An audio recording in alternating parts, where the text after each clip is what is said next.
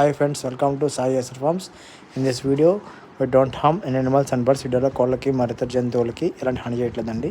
Video విషయానికి వస్తే ఇది విడికాలకు సంబంధించిన చీతాపుంజు అండి, పట్టాపుంజు, పసి పిల్ల అండి. ఇంకా 8 నెలలు అలా ఉంటాయి వయసు. ఇంకా కోతలైతే వేయలేదు.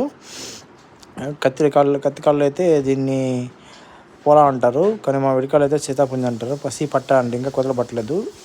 వెయిట్ వచ్చి ఇంకా 2.5 కేజీ నుంచి 3 కేజీల దాకా ఉంటుంది.